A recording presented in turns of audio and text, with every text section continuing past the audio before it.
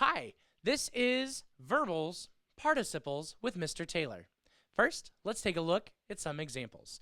Some participles could be broken, jumping, lost, celebrated, floating, rivaled, purchased, starting, finished, wrecked, painting, shaken, or smiling.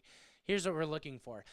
Participles can look like either form. They can be present participles or past participles. Doesn't necessarily, by the way, refer to when the action took place, just refers to how they are formed. So present participle forms of the verb are the ones that will follow a to be verb in the sentence. So is, am, are, was, were, been, being. Any of those will have verb plus ing on the end. Good news is that is always going to be consistent 100% of the time, and there are a few rules in the English language that you can say that about. Then we get to past participle forms. Those are the forms of the verb that will follow have, has, or had in a sentence.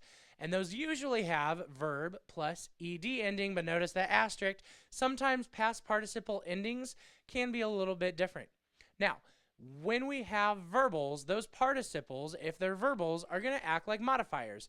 Usually they'll be adjectives, but sometimes they could be adverbs. Let's take a look first at the differences between present participle and past participle. I would say I am talking. Yesterday I have talked. I am playing, have played, is skiing, has skied, is breaking, had, careful, broken.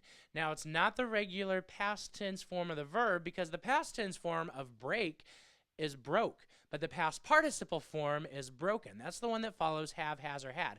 I have broken my arm. Giving turns to given, flying turns to flown, and fighting turns to fought. Now, I want you to practice this on your own. So, when you're ready to check your answers, go ahead and hit play again. But for now, I want you to try it on your own. So hit pause and try to give me the past participle of these present participle verbs.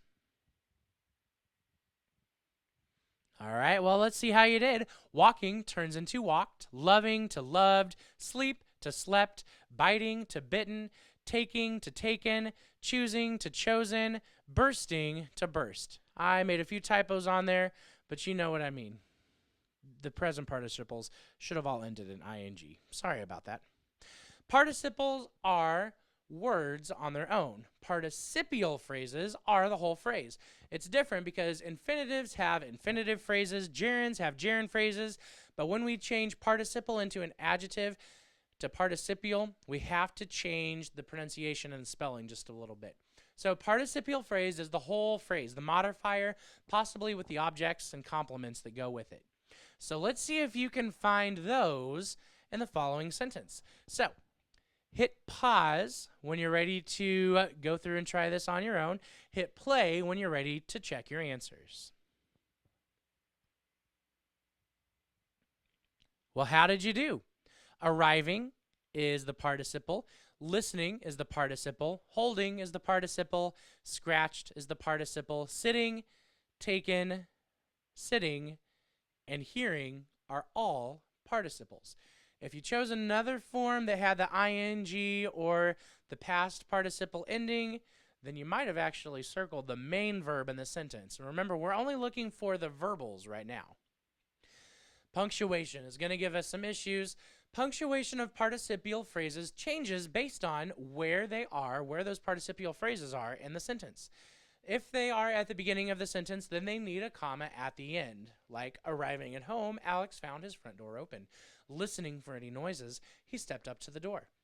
If they are in the middle, then it needs a comma if the information is not essential. Alex, holding his keys, stepped through the door. We didn't need that information. We could take it out. We put those commas on there like they're handlebars because we could take that right out of the sentence. The lock, scratched at the top, must have been picked. Once again, we have non-essential information, so we're going to put the commas on either side. However, if they're in the middle and it is essential information, then it does not need a comma. So, one picture sitting on a table caught his attention. Sitting on the table is giving us that important information. We're going to leave it there. The picture taken on vacation was missing a person. Also, some essential information, we're not going to put those commas because you can't take those phrases out. If it comes at the end, only needs a comma if it is far from the word that it describes. So the picture no longer had his aunt sitting in a chair. Sitting in a chair describes aunt. It's close. It does not need a comma. Alex turned to look behind him, hearing a small noise. Alex is being described by hearing a small noise, and they're on opposite ends of the sentence, so you're going to need that comma before you have your participial phrase. Caution, dangling participles ahead. Dangling participles, if the participle gets too far from the word that it modifies, then it will create confusion for your reader, such as driving down the street, the houses all look the same to me. Driving down the street is not what the houses are doing, but that's what it seems like in the sentence. The bunny walked right up to the toddler eating grass. Hopefully the toddler is not the one eating the grass, the bunny is, so that modifier here is in the wrong place. Tired after work, a plate of cookies made me feel better. Those cookies may have been baked in an oven, but I'm guessing that they were not tired after work. My shoes smelled like eggs after being worn all day. I've never tried wearing eggs all day, but that doesn't sound comfortable. I'm sure the smell would be comparable. Caution, there are also some tricks ahead. You should have seen this coming. Verbals can be tricky. Here are the tricks. Watch out for these verbs. Participles can still function as verbs in the sentence. And remember, if we're looking for verbals, we're looking for when verbs are not acting like verbs.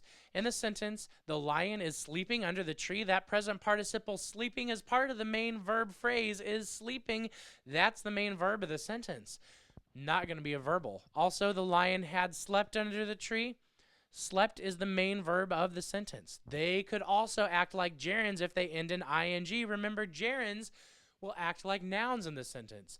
They're still ing words, but if they don't act like adjectives or adverbs, they act like nouns instead, then they're going to be gerunds. So, the lion loves sleeping under the tree.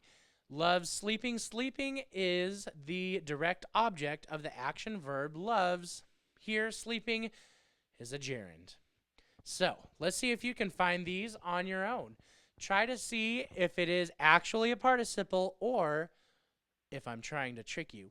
Hit pause to practice, hit play to check your answers. Let's see how we did. Growing is a participle.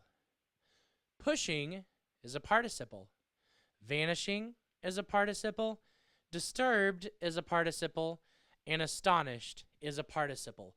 Anything else was probably the main verb of the sentence, or it could have been acting like a gerund. In the second sentence, breathing is the object of the preposition by, for example. So if you want some more information on those gerunds, I do have another video for that one.